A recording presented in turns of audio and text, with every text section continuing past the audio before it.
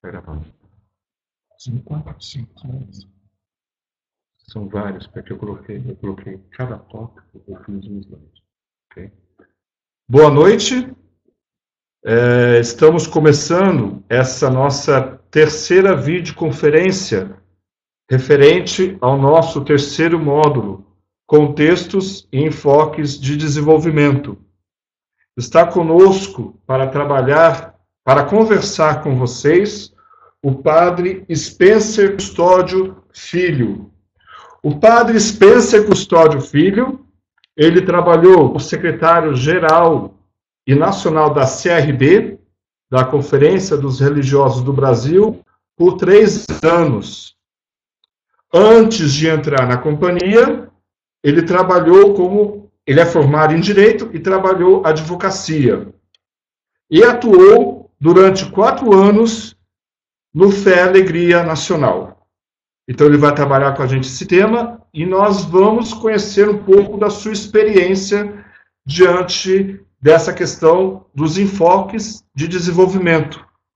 Uma sugestão do padre Spencer com a equipe de gerência social é de que nós trabalhássemos a partir de um exemplo, que assim esse tema pode ser muito mais bem simplificado e pode ajudar muito mais na reflexão e na elaboração do projeto social que vocês estão desenvolvendo ao longo desse curso de gerência social. Ok? Então, a nossa didática desse curso é se basear num exemplo concreto, de uma realidade concreta, e como foram feitas as alternativas para sanar um problema, para sanar uma dificuldade que existia diante daquela realidade. Perfeito? Então, agora, nesse momento, eu passo a palavra para o padre Spencer. Ele vai nos colocar um pouco essa atividade que ele viveu em uma realidade concreta. Bem-vindo, padre Spencer, e desde já agradecemos a sua presença aqui conosco. Então, minha gente, eu vou ter que pedir muita paciência da parte de vocês, porque é a primeira vez que eu converso com um computador diante de mim, sem estar enxergando as pessoas, concretamente. Eu vou contar uma história para vocês, antes de mais nada, de uma experiência real e de como ela foi trabalhada, que talvez possa nos ajudar a enriquecer uma troca já mais para frente, não? Uma troca entre nós sobre esses contextos e enfoques de desenvolvimento, que é o título que tem o nosso encontro dessa noite. Então, começando, conto um pouco a história de uma fundação chamada Fundação Fé e Alegria. Ela tem uma matriz espanhola e se instalou aqui no Brasil também. E eu fui encarregado pelos provinciais da época de pôr em prática esse procedimento, não? Ao lado de populações mais abandonadas, mais pobres. E aí foi feita uma escolha antes de mais nada de um lugar físico. Então, se vocês estiverem vendo aí um pequeno slide, não? Ele mostra uma parte do estado do Tocantins, que antigamente fazia parte de Goiás, não? Depois foram divididos em dois estados. Continuou Goiás, o sul, e o norte todo se transformou no Tocantins. E no Tocantins ainda existem tribos indígenas, tribos que têm contato com o homem branco, mas conservam todo o seu habitat, seu lugar de habitação, né? E também a questão da língua e cultura própria. Aí, então, é que nós começamos a ter que aprender a ler na vida dessa comunidade junto com a comunidade branca, não? Como que nós podíamos interferir e ajudar que isso pudesse acontecer. A gente não cria, mas a gente apoia aquelas sementes que muitas vezes são pequenas, não? Que as próprias pessoas do lugar já plantaram, e aí a nossa função é muito mais redescobrir historicamente o que foi plantado e que, por motivos diversos, não foi desenvolvido. Então, é uma situação de apoio maior que a gente procura fazer. Então, lá fomos nós para o Tocantins. Eu vou contar um pouco de história para vocês perceberem um pouco as limitações, as dificuldades que aconteceram. A primeira coisa é sobre o povo xerente. É um aldeamento indígena, mas que está dentro do território nacional e no território nacional, num estado, que é o Tocantins, e dentro do Tocantins, dentro de um município determinado. É um povo indígena que conserva sua língua, suas tradições, mas, ao mesmo tempo, ele tem uma interface com o grupo branco. Então, aí nós tínhamos um lugar comum que era uma escola. Na escola se encontravam, então, os brancos e os indígenas. E foi aí, então, que foi surgindo, aos poucos, um sonho que virou planejamento. Como criar ponte entre dois universos culturais, respeitando ambos, os dois universos em contato, não? E que daí surgisse, vamos dizer assim, um novo tipo de relações. Vocês devem, por informação de jornais, e às vezes até pela televisão, não, ouvir falar com frequência em conflitos entre indígenas, tribos indígenas e população branca. E Goiás não é diferente. Daí, então, que a nossa presença lá e a interferência nesse quadro implicava que a gente tinha que olhar o desafio de uma ponte. Uma ponte que pudesse ser lugar de encontro dessas duas etnias, vamos dizer, da etnia branca e da etnia indígena, não? E como fazer isso? Não? Como fazer isso? E o viés veio justamente através da questão cultural. Os indígenas, eles têm consciência de que sem participar da cultura branca, se eles se fecharem unicamente dentro da cultura indígena, o impasse não tem saída. Então, o primeiro passo teria que ser dos indígenas para a comunidade branca. E foi assim, então, que nós fomos criando alguns pequenos instrumentos de encontro. O primeiro deles foi assumir a única escola estadual, através de um procedimento de cessão de uso e de termos temos uma possibilidade, vamos dizer assim, de planejamento do projeto, né? E um projeto que foi sendo construído na medida em que os encontros iam acontecendo. Vocês devem estar vendo, provavelmente, aí nas suas telas, não? Dois grupos, de rapazes e de moças, que na aldeia não usam propriamente essas roupas que estão aí, né?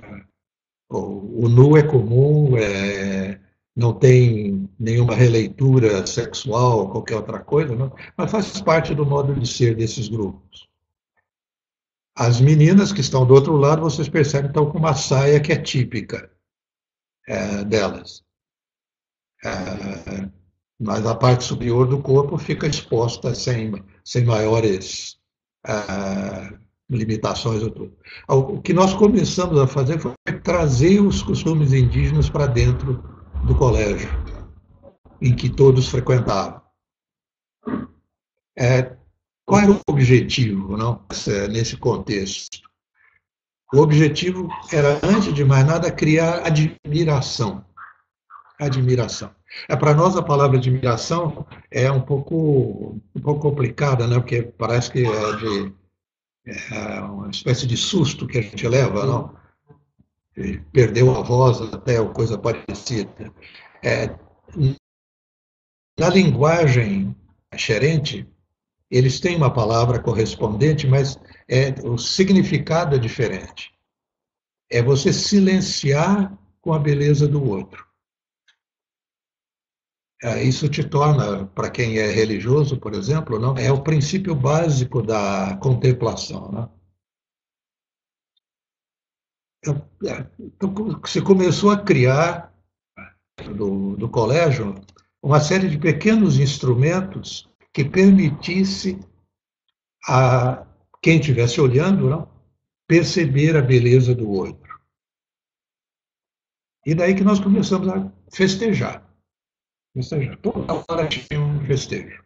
De aniversário, de dança, disso e daquilo. Não? E como havia uma confiança muito grande do governo do Estado no projeto, então nós pudemos ousar bastante nesse período. Essas duas fotos que vocês percebem aí, não, elas se multiplicaram em vários tipos de experiências que foram acontecendo durante esses anos. Não. Deu tudo certo? Claro que não.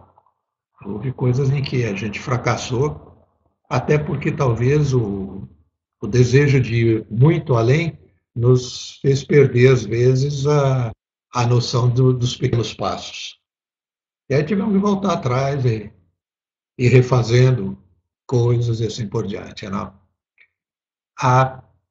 Algo que foi muito importante nesse quadro não, foi a provocação daquilo que hoje a gente chama não, o protagonismo do indivíduo. Não só o protagonismo coletivo, porque todo coletivo ele acaba tendo lideranças que, de alguma forma, concentram a leitura da realidade, assim por diante, projetos e assim por diante.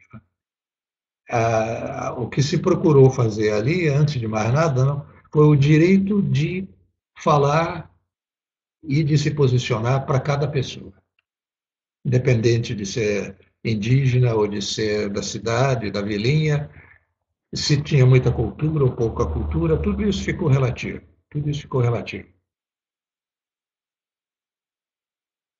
Foi difícil? Foi. Não sei se já tem alguma pergunta, alguma coisa aí, não? Já devia a Evenice falando do admirar, não? Que é olhar para fora, né? Olhar para o outro e mostrar até fazer uma experiência, como a gente propunha muito sempre experiências, não? Até para olhar qualquer coisa eu preciso do olhar do outro, porque eu só enxergo à frente. E se eu virar, eu vou enxergar atrás, eu já não enxergo na frente. Parece coisinhas bobas, não? Mas foi através delas que as pessoas começaram a respeitar a diversidade do branco e do indígena. Deixa eu deixar claro algo. Nós não resolvemos os problemas todos, tá? O que nós conseguimos, eu creio, foi criar pontes que, frequentadas, resolvem problemas. E daí, então, a dificuldade que às vezes acontece de que a gente vá no nosso ritmo, principalmente nós de sociedade branca, mais culta ou qualquer coisa assim, não? Podemos atropelar com muita facilidade culturas que são reais, mas são mais simples na sua elaboração.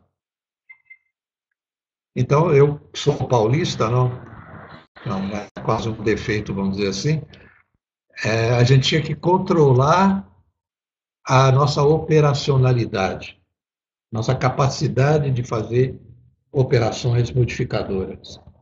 A gente, talvez o grupo de administrativo e assim por diante, não, tivemos que criar um clima de caminho que fosse na possibilidade dos dois grupos maiores, não, dos indígenas e dos autóctones, nesse lá das pequenas cidades onde a gente estava.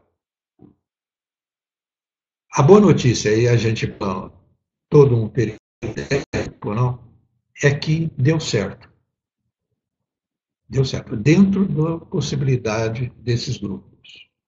Mas eu estou falando demais já e talvez haja perguntas que vocês gostariam de lançar ou depois, como acharem melhor, não? Mas querendo interferir, eu estou à disposição, não tem problema nenhum. Não. O que nos ajudou a tornar presente? Primeira coisa, vocês percebem que, embora a Fundação Fé e Alegria seja uma instituição de padres, dirigida por leigos e leigas, etc., não? Mas ela trabalha duas vertentes, não?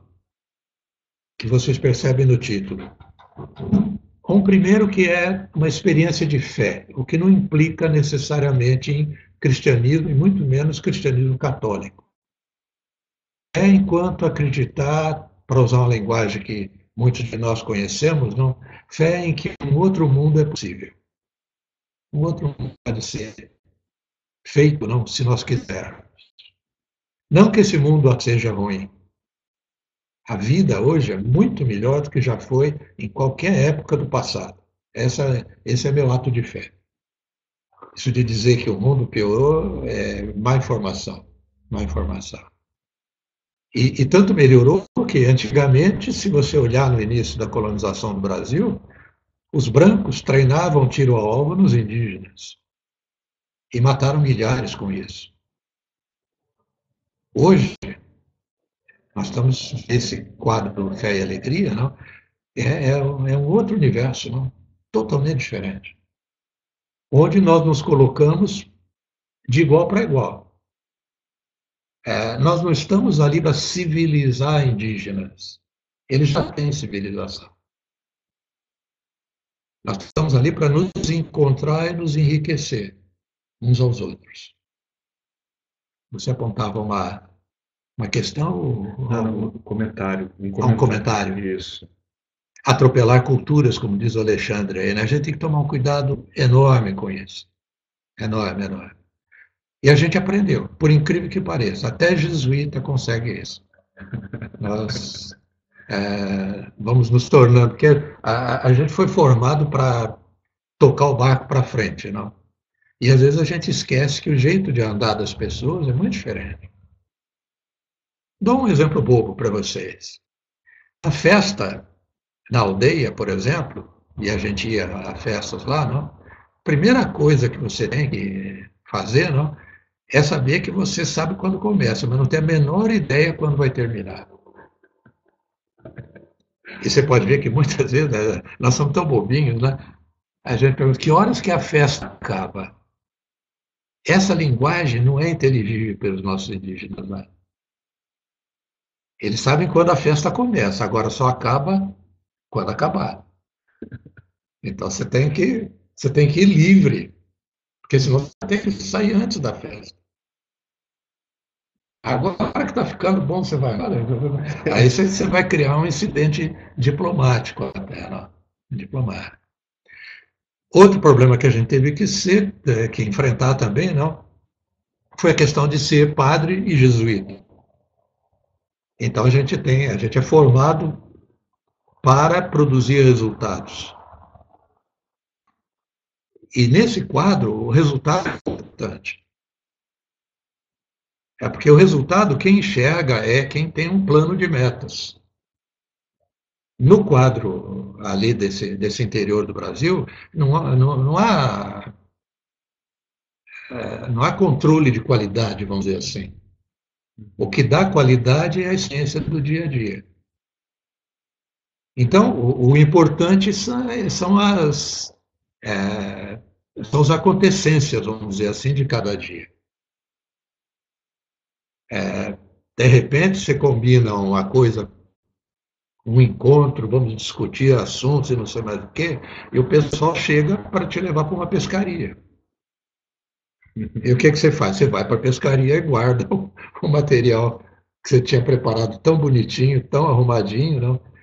O que eu estou querendo dizer? Para entrar no contexto de um universo como esse, você tem que deixar o teu universo. Veja, eu não falei abandonar, mas sabe quando às vezes você precisa pôr uma cadeira e subir em cima para enxergar mais longe? É um pouco contextualizar é isso aí. É você trocar de caixotinho. É pegar o caixotinho do outro e ver o que ele enxerga lá do caixotinho dele. Que aí você enxerga coisas que do seu caixotinho você não enxergava. É difícil aprender isso, gente. Não sei se vocês aí, eu não estou tendo tempo de ler aí embaixo, eu estou doido para ler o bate-papo aí, mas é cheio de coisas ali, né? Já já eu vou dar uma paradinha para olhar e passo a palavra aí para o chefe, não? Mas tornar-se contemplativo é um negócio muito complicado para nós. Porque quando nós olhamos a realidade, nós já temos preconceitos sobre ela. Eu falei preconceitos, não preconceito. Nós já temos juízos. Qualquer coisinha que a gente olha, nós emitimos algum tipo de juízo. Com os indígenas e também com o pessoal branco daquele universo, tudo é relativo. Por exemplo, horário. Existe horário? Existe. Mas não quer dizer que tem que ser observado. O horário é um referencial que poderá ou não ser seguido. De repente, estão lá batendo um papo, não? Ah, mas tocou a campainha do colégio. Ah, mas tá bom demais aqui, vamos ficar por aqui mesmo. Pronto. Então, não. E o colégio? Depois a gente vê. Depois a gente vê. Perdão. Qual a Evenice. Sobre a comunidade ser protagonista e não atropelo. A gente atropela culturas, a gente se torna líder de protagonismo do outro, e ainda deixa de ser protagonista. Quer dizer, nós temos uma capacidade de fazer o bem que não deveria ser feito. É curioso isso, né? Nós achamos que uma coisa, por ser boa, é a coisa que deve ser feita numa realidade. Por que eu estou falando disso? Porque é um contexto novo para nós. Onde você, para se contextualizar e para ter uma visão contextuada, nem sei se essa palavra existe, você tem que se ultrapassar culturalmente para participar contemplativamente da cultura do outro e valorizá-la, é claro.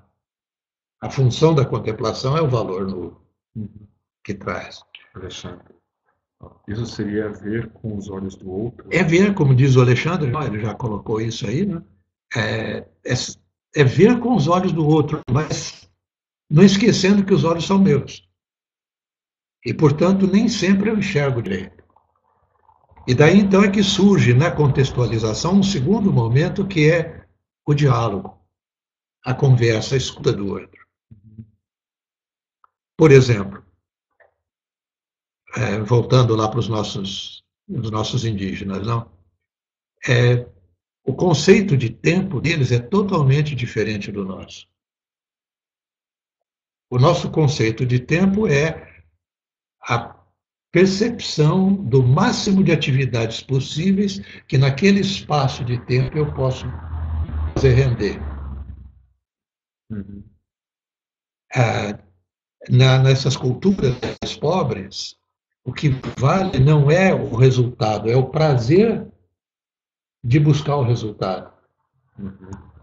Então, o prazer já vem antes do resultado. E às vezes, para nós, o prazer só acontece se houver o resultado. Se não houver o resultado, não tem prazer nenhum. É muito curioso, é uma mudança, assim, para mim, pelo menos, foi fantástica. Não? Como eu já disse a vocês, eu sou paulista, fui treinado a ter resultados a vida toda. De repente, o resultado que surge não é o resultado que você estava buscando. Por exemplo, na conversa. Nossa, mas as conversas lá são longas demais. 2, 3 horas de conversa. E aí, de repente, você é o único que está com o relógio, provavelmente, não?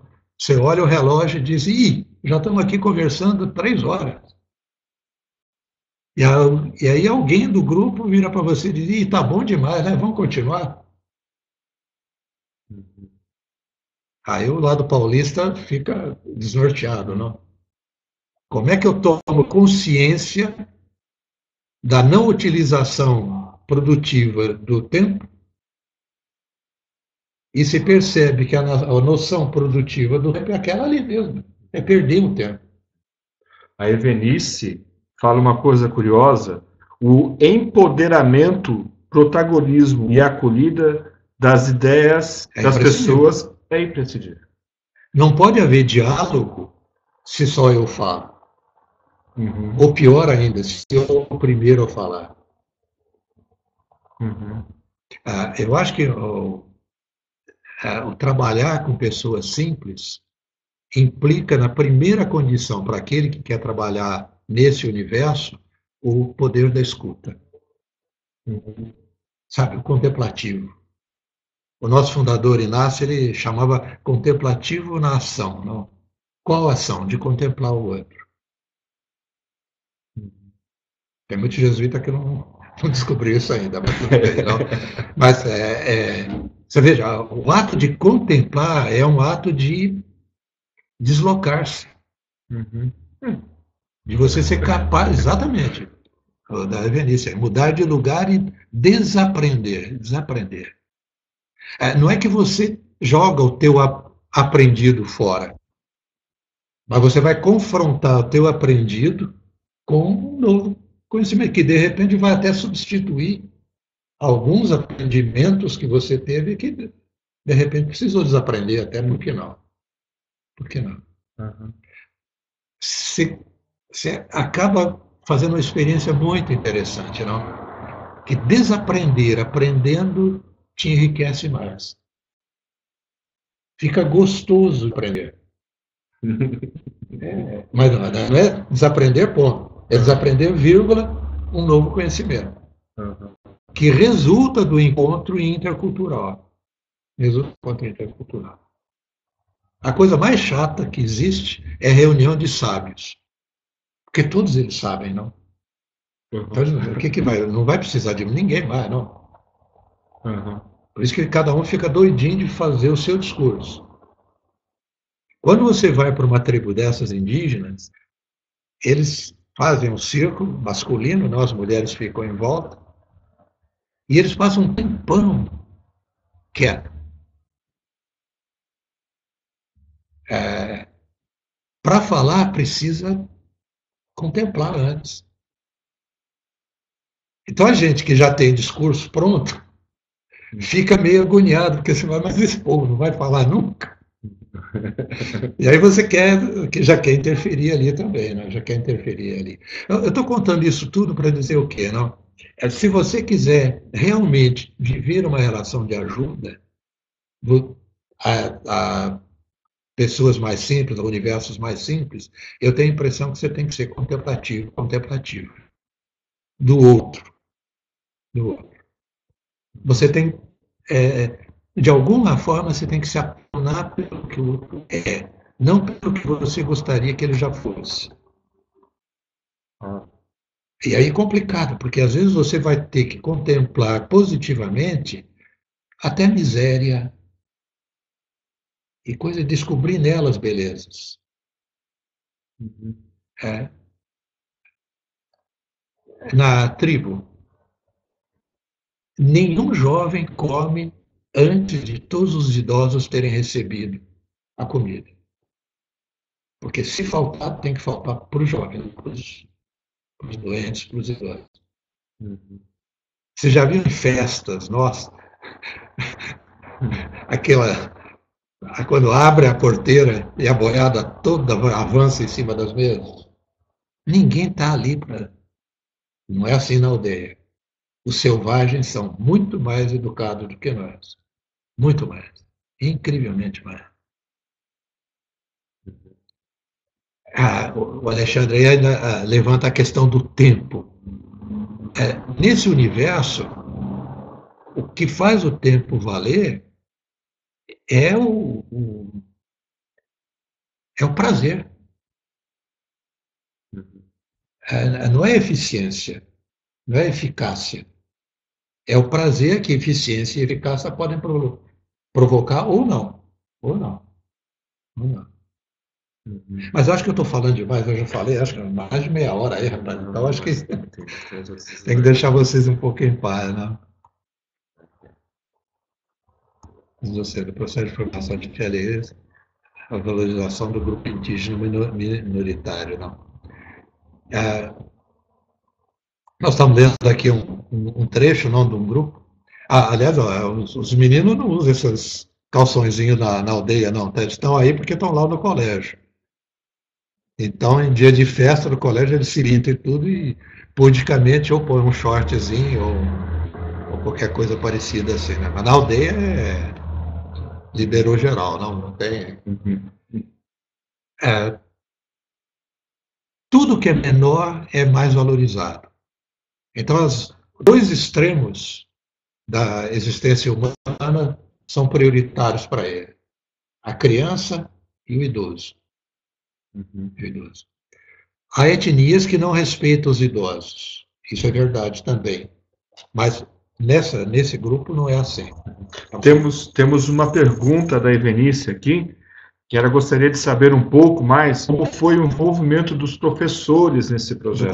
Do colégio. Tá. Então, essa fundação latino-americana dos jesuítas, chamada Fé e Alegria, o próprio nome já dá um pouco assim para a gente os objetivos. Não? É um processo cultural que tem como referência a fé e a alegria. Não é uma coisa pesada, não pode ser uma coisa pesada. E a alegria só existe quando você tem grupo. Você junta as pessoas. Daí que o próprio de um colégio de fé e alegria é ser festeiro. Todo dia tem que ter festa. Cantar 1000 parabéns. Você imagina, não, né, nesses colégios, não? Junta lá debaixo do ginásio esportivo, quando tem uma cobertura do sol, não? E o colégio inteiro canta parabéns para os aniversariantes. E os indígenas também, que estão nos colégios, não? Eles têm também seu espaço cultural no colégio. Então, o primeiro colégio do Fé e Alegria, lá no estado do Tocantins, a primeira coisa que foi instalada nele foi um museu da cultura dos nossos indígenas lá. Eles são xerentes. Eles são xerentes. Os professores sempre conviveram com os indígenas. Porque desde o início, a percepção dos indígenas lá era que uma forma de fortificar o próprio espaço indígena era aprender a linguagem do ser branco. Então, daí que você vai encontrar, por exemplo, em Palmas, na universidade, você vai encontrar índios, indígenas, que vieram, inclusive, dos nossos colégios, não, fazendo profissionalização. Em vários níveis, em vários níveis. Um dos lados que eles mais apreciam é por causa da saúde, embora sejam muito bem atendidos pelo Estado.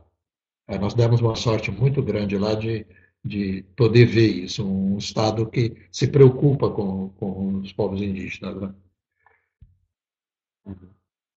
Os professores, então, como em qualquer grupo humano, você tem várias. Essa imagem que vocês estão vendo, então, foi o primeiro.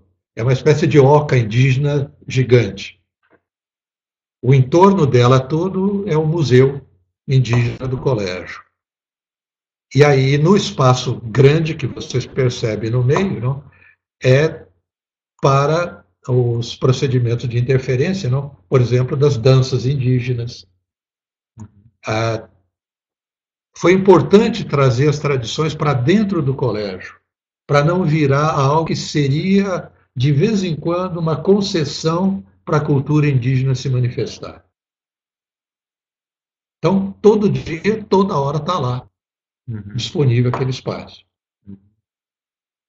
E é lugar de encontro entre indígenas e os brancos. É um lugar de comunhão, não de separação. Eu tenho uma pergunta, Spencer. Fala. A pergunta é o seguinte: com relação à língua, qual foi a preocupação do colégio, dos professores, da parte de ensino, com relação à língua? Houve alguma integração da língua do índio no cotidiano escolar? A primeira coisa que os brancos, meninos e meninas, aprendem dos indígenas é a tradução dos palavrões. Então, isso é rapidinho, rapidinho, rapidinho. Há um probleminha ali, vamos dizer assim, que pode ser um problemão também. Os indígenas preferem guardar a linguagem indígena entre eles, com lances também bastante engraçados. Por exemplo, dia de prova. Tem um lá que é bom naquela matéria, ele, na língua dele, ele passa o resultado para todo mundo da classe, mas só para os indígenas. Os brancos têm que aprender a falar a língua própria para poder participar. São besteirinhas, só para dizer, isso é feito alegremente, vamos dizer assim. Não existem regras de jogo, pode falar, não pode falar. Utiliza-se das formas mais criativas que você imaginar. Entendi. Inclusive para colar em sala de aula. Os professores, um ou outro professor, veja, nós estamos no Tocantins, tá? A boa parte dos professores nem mora no lugar. Vem ou de outra cidade, ou de mais longe ainda, e vem só dar aula e volta correndo para outros lugares. Então, não tem uma interferência, vamos dizer assim, de parte, vamos dizer, dos professores de conduzir para esse tipo de relação ou aquele tipo de relação. Alguns professores falam xerente, mas a maioria não, até porque vem de outros universos culturais. Certo. Quase todo mundo que tem presença lá no Frei Antônio se sente muito bem, porque nós praticamente fizemos um colégio novo lá, com esses aparatos, etc. Mas só para você ter uma ideia, nós temos laboratórios lá no colégio que não foram usados até hoje ainda, porque o Estado não tem pessoal disponível para eles. Caramba. É uma pena. Mas pelo menos está lá esperando que chegue algum dia. A preocupação da gente em fazer esse colégio foi para mostrar que a Fundação Fé e Alegria tinha capacidade de tocar um colégio estadual. E aí nós temos que agradecer principalmente a dona Dorinha, que era secretária de Educação na época, não? Como governador do estado e assim por diante, não? Uma acolhida extraordinária que nós tivemos. Nunca nos faltou nada. Nunca, nunca, nunca, nunca. E isso aí, essa questão das festividades escolares também serem comunitárias, vocês percebem pelas próprias fotos aí, não? A mistura toda que se fez e se faz até hoje. O colégio tem uma diretora que é fantástica, não? É uma mulher apaixonada pelo projeto, e um grupo de professores também muito, muito, muito participante, muito participante. Não sei se isso ajuda ao que a Evenice gostaria de conhecer, não? Não sei se teria algo mais. Eu tenho a impressão do que o que eu poderia partilhar com vocês está mais ou menos colocado já. Eu acho que já. Essa questão da profissionalização é que meu companheiro está me chamando a atenção aqui, não? eu não sei, não saberia dizer se posteriormente se foi implantado ou não. Nós já tínhamos os espaços feitos e alguns laboratórios comprados, inclusive nesse período já. Mas eu não saberia dizer hoje se eu, por princípio, quando deixo um lugar, eu não gosto de ficar depois atrapalhando a pessoa que continua o projeto. Muito bem. Então, diante dessa colocação do Spencer, a gente queria agora... Ele colocou muito sobre essa questão, sobre a situação dos índios minoritários. Então, a gente pensou em desenvolver agora um momento de partilha, porque, como vocês sabem, vocês estão agora no olho do furacão, né? Vocês estão montando o projeto de vocês, o projeto social, e estão no olho do furacão. A Evenice tem uma pergunta até curiosa. A escola acolheu algum educador indígena? Existe algum professor? Tem. Tem. Inclusive, no estado do Tocantins, eles prestam concurso, juntamente com a etnia branca e outros grupos assim, não? E sendo aprovado, estão lá. E no Frei Antônio, que é o nome do colégio, desse colégio lá de Tocantins, né? Então nós temos professores indígenas que trabalham lá. É isso aí. Desculpe, nós temos, é que eu não consegui me separar ainda do Tocantins. Foi talvez uma das melhores etapas da minha vida como jesuíta.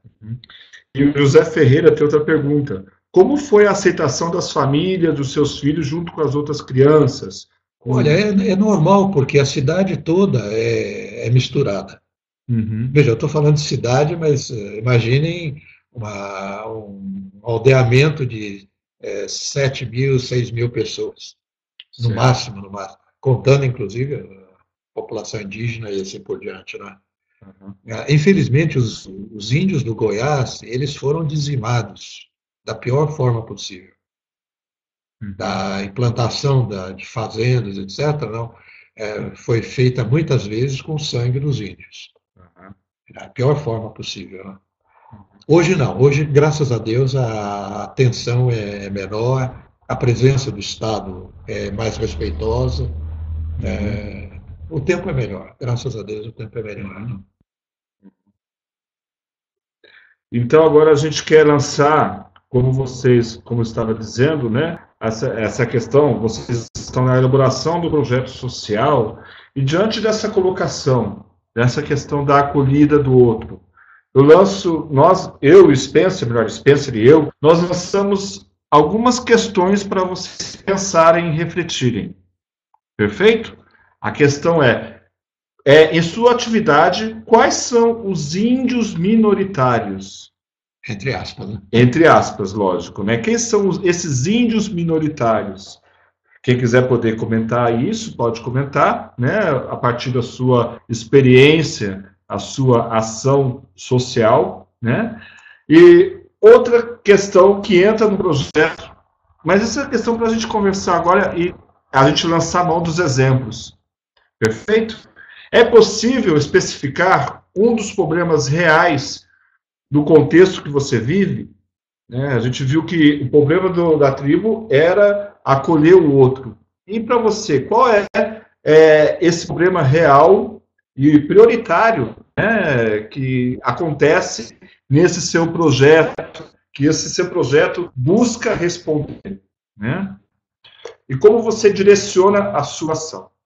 Então, são perguntas assim para a gente tentar pensar sobre a nossa ação diante do contexto de vocês, diante da acolhida. Então, eu vou lançar a mão agora de vocês comentarem. Agora é espaço livre para vocês fazerem os comentários pertinentes sobre essa relação. A partir dessa experiência que o Spencer nos apresentou, a gente fica muito agradecido, né? E a sua experiência? O que isso desperta diante dessa colocação do Spencer? O que despertou a sua reflexão, que você tem que estar mais atento? É o momento de vocês, então, ter essa partilha com os outros companheiros do nosso curso de Gerência Social e Naciano. Então, o momento agora, quem quiser comentar, pode escrever, né, que a gente vamos trabalhar sobre as partilhas feitas. Perfeito? Estou no aguardo. O Paulo já está digitando lá. O Paulo e a Evenice.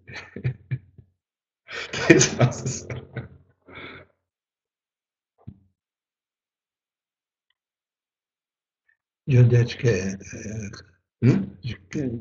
De onde eles são, cada um? A Evenice é de Fortaleza. Fortaleza. Isso. O José Ferreira é de Vazantes. O Paulo é de Recife. O Marilano é de Fortaleza.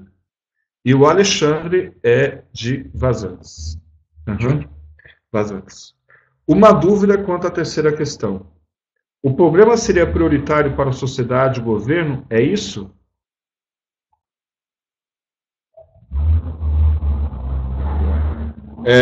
Evenice, essa pergunta eu vou tomar liberdade e vou responder para você. É o seguinte,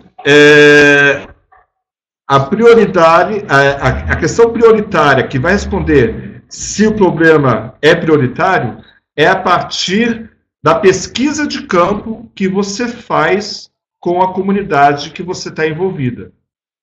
Ok? Lembra que o Spencer colocou da acolhida do outro? A acolhida do outro vai fazer o quê?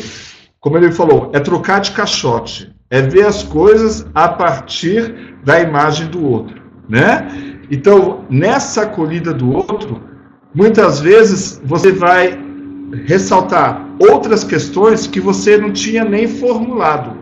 O outro, a visão do outro, que vai te dar essa condição de pensar essa realidade. Ok? Muito bem. Alguém mais? Aí agora você se dirige.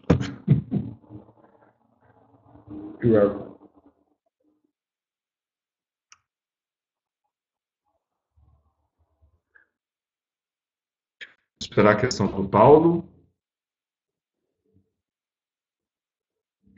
O Paulo está digitando. Nossa. Do jeito que você queria. Como é que foi? Semana nada. Foi ótimo. Vamos comemorar. Vamos comemorar. Mais alguma questão? Vamos ver, o Paulo está digitando. Muito bem. Aqui, ó. Em primeiro lugar, eu agradeço a importante colocação do Padre Spencer. Creio que qualquer projeto social, seja na educação ou em outro campo, é sempre um desafio. E precisamente por isso, fico pensando no desafio de esperar nossa aqui. Isso aqui é importante. Fazer o bem. Como você... O bem que não deve ser feito. Isso. Aí desenvolve, contigo. Com você desenvolve. Podia comentar isso, Spencer. Eu estou lendo aí o que o Paulo colocou, né? Eu acho que é muito importante a gente perceber isso, né? Não basta fazer o bem, né?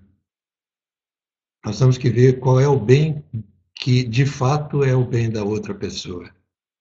E isso a gente só pode aprender dela.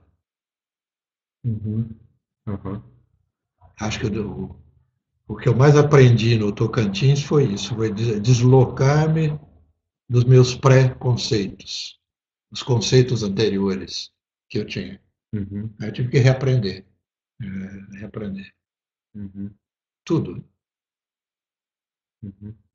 Tipo, para a gente fazer um projeto social eficiente que faça realmente o bem, eu necessito desaprender de mim mesmo e me colocar no lugar do outro. Antes de mais nada, defina eficiente. Perfeito. Ok. Às vezes, não ter eficiência é a forma mais eficiente de ajudar. Ok. Você vê, quando você chega nesses universos, nós já temos uma série de preconceitos em nós. O nosso olhar enxerga logo o que pode e deve ser feito. Só que esquece que o pode e deve ser feito, de repente não é o pode que deve ser feito do outro. Ah, ótimo. Pense um pouco o juízo que nós fazemos sobre o Carnaval dos Pobres. Eles gastam até a última moeda para fazer uma fantasia. E a gente olha aquilo e logo faz um juízo. Mas para que vai fazer isso, não? Devia aplicar, guardar, pô. Dá licença de uma vez por ano. Não sei se eu estou me explicando um pouco. Entendi. O critério de eficiência não é o melhor critério. Certo. Pelo contrário, até ser bem eficiente implica em não ser muito eficiente. Porque senão eu ando tão depressa que no final das contas não tem ninguém junto comigo.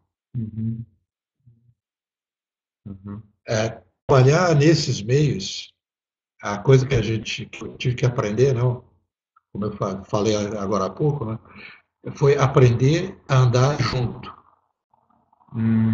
e atrás. Porque senão a gente, sem sequer tomar consciência, você vira líder. E aí siga-me quem for capaz. Não? Isso é péssimo, isso é péssimo. Né? Com esse tipo de pessoas, você vira líder delas.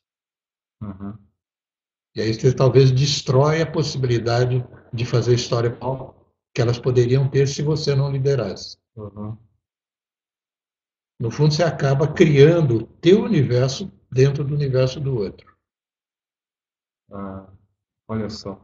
Mas passa o dia inteiro na rede lá. Na rede. É só balançando. Sabe? Isso é viver? É viver. É viver. O Marilano coloca uma coisa muito legal. Uma forma de entrar no contexto seria eu me entregar à realidade do outro.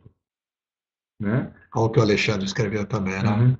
Nem tudo que penso ser bom para o outro realmente é bom e útil para o outro. É por causa do caixotinho. Eu enxergo diferente do outro. Não? É isso mesmo. O que está por trás disso? A provocação da liderança do outro. Não eu virar o líder do outro. É o outro que desenvolve, ele que é o protagonista primeiro. O dia mais feliz para um trabalho desse tipo é quando você diz, olha, desculpa, eu não vou poder vir. E o pessoal olha para você e diz, não precisa ir, não, a gente resolve aqui mesmo. Nesse dia você pode agradecer a Deus que você está fazendo um bom trabalho. Não precisam mais de você. Ah, meu Deus, e agora o que eu faço? Vai para outro lugar, vai. Nós, padres, deveríamos. Eu acho que a ideia de Santo Inácio era muito bonita nisso, quando a questão de a gente assumir igrejas e coisas, não, era para a gente não acostumar a ficar num lugar. E eu não sei o que está acontecendo com os jesuítas que estão virando párocos outra vez. Então, Inácio ia ter um negócio aí, né? Assim, isso que o padre Ricardo fala é o que nos incomoda. Ok. Muito bem. O que incomodou, Alexandre? Deixa eu ver. Eles colocam essa questão de se deslocar, que é a ideia central da missão, de não se instalar. É viver. Então, para a gente fazer um bom trabalho, a gente tem que estar sempre desinstalado. A palavra desinstalado tem que estar em voga. Podemos colocar nisso. O Evangelho tem uma coisa fascinante, eu acho. A pergunta que o Jesus fez para um paralítico. Você está lembrado? Não. Jesus perguntou para o paralítico: o que você quer que eu te faça? Estava na cara que era. Você ia fazer uma pergunta dessa? Jesus fez. Jesus saiu do caixotinho dele. O que você quer? Você. É específico. É o protagonismo do outro, percebe? É fantástico, mano. O trecho do Evangelho É fantástico, né? É o mínimo que eu posso dizer. O que você quer que eu te faça? Então, quando você está nesse universo dos pobres, você não pode ir com os teus preconceitos sociais, ou políticos, ou visão de mundo, nem nada. Você tem que estar disposto a fazer a pergunta de Jesus. O que você quer que eu te faça? Uhum.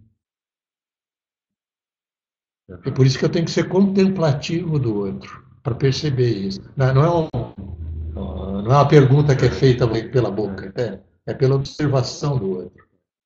Aqui, ó. O Marilano faz esse comentário, né? O entender da humildade é muito complexo para ser entendido em uma simples análise. Não é um problema de análise, se você percebe. Uhum. O humilis é aquele que é baixinho, que é pequenino. Okay. Você pode perceber que muitos de nós nos aproximamos das outras pessoas, mas já em cima de um caixotinho, não? Uhum. Por cargo, por linguagem, por isso, por aquilo. Tem mil formas da gente se tornar dominador, não?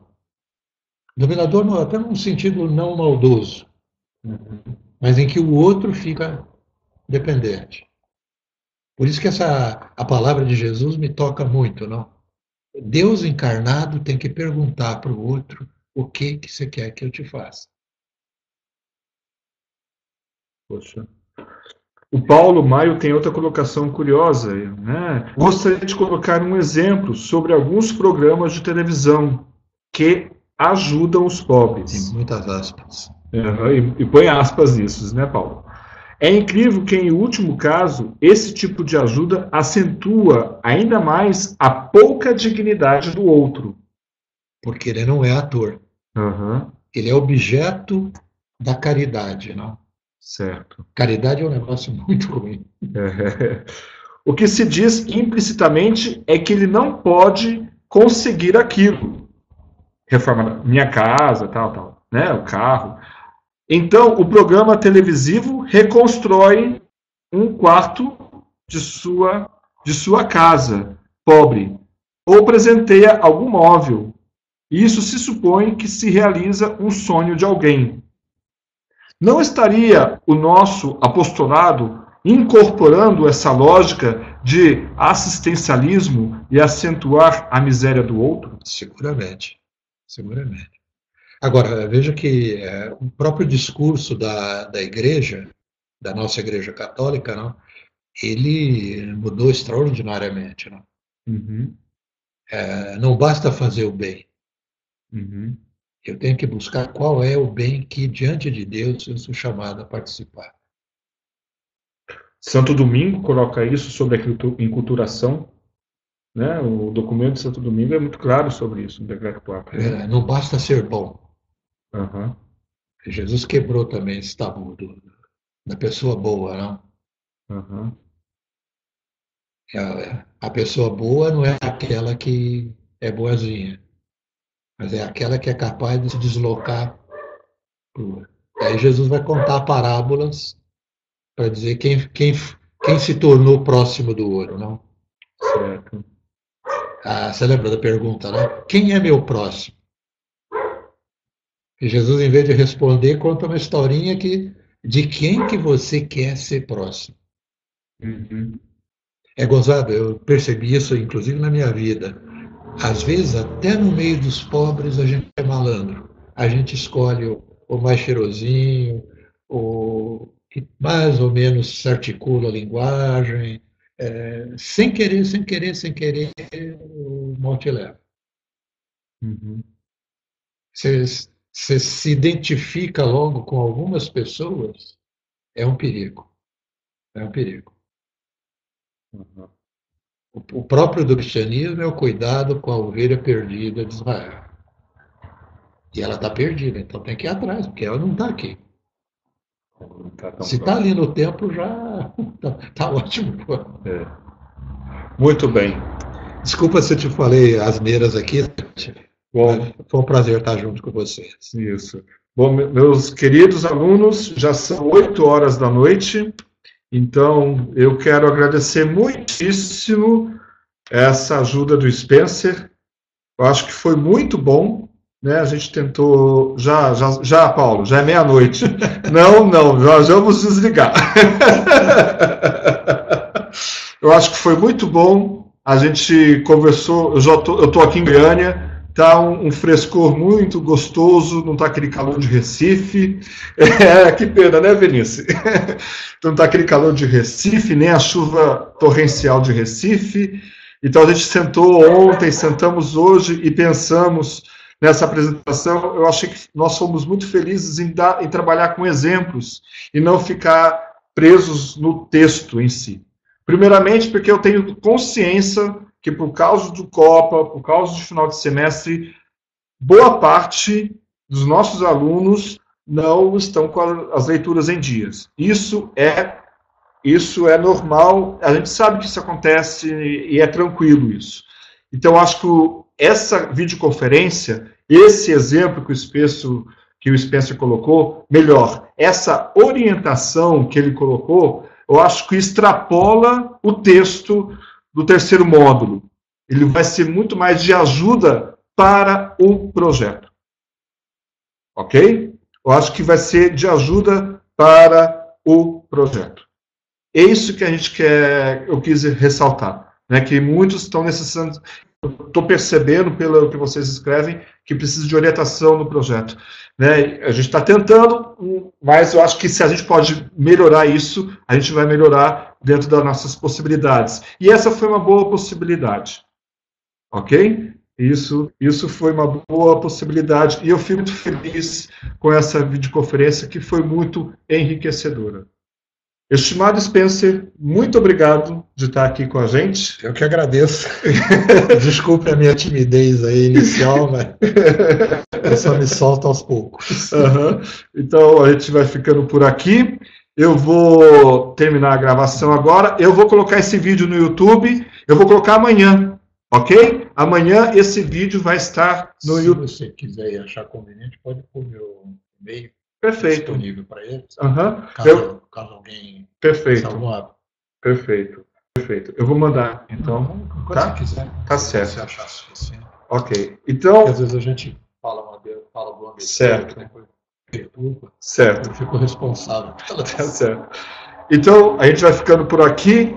Abraço forte para todo mundo. Qualquer dúvida, qualquer colocação, vocês sabem como entrar em contato.